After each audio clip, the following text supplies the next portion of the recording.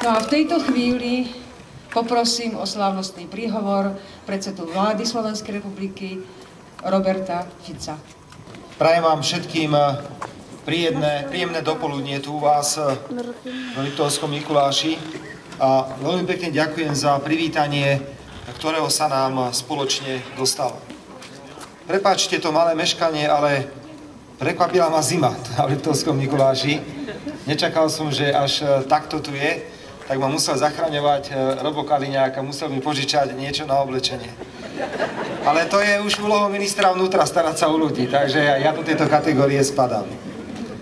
Vážené dámy a páni, milí priatelia, všetkých vás veľmi pekne pozdravujem a možno by som začal trošku netradične.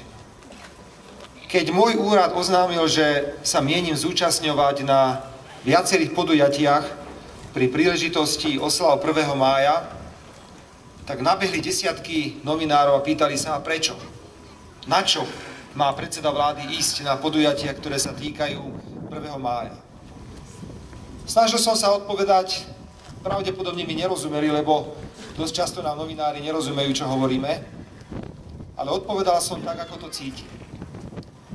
Sviatok práce patrí medzi najvýznamnejšie sviatky, ktoré vôbec máme v kalendári.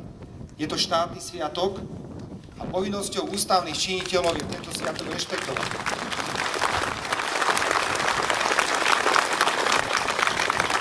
A nehovorím to len preto, že v kalendári máme napísané, že štátny sviatok, tak sa patrí niekam ísť, stretnúť sa s ľuďmi a porozprávať sa s nimi.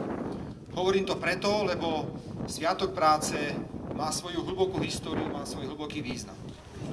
O čom je podstata Slovenskej republiky? Je podstata Slovenskej republiky o tých našich kvázi celebritách, ktoré sa váľajú na Filipínach na ostrove a robia hanbu celej republike? No asi nie.